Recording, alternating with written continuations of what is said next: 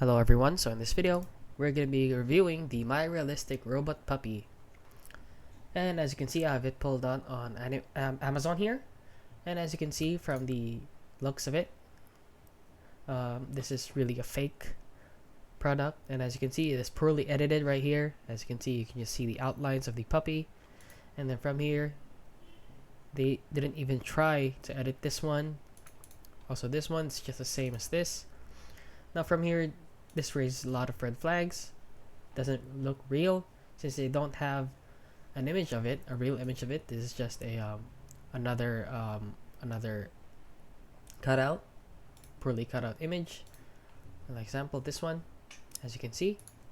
Now let's head on over down to the reviews, and as you can see, there are no reviews of it because no one has bought it from this seller since it's very obviously a fake.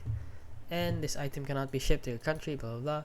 However, this item is indeed a fake, so please do not buy this one.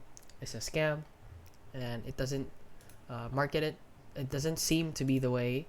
For example, when you receive it, it's not the same as the one they marketed it. So yeah, that is basically it. That is my review on the realistic robot puppy. It is fake. Do not buy it. So if you found this video helpful, please consider liking and subscribing.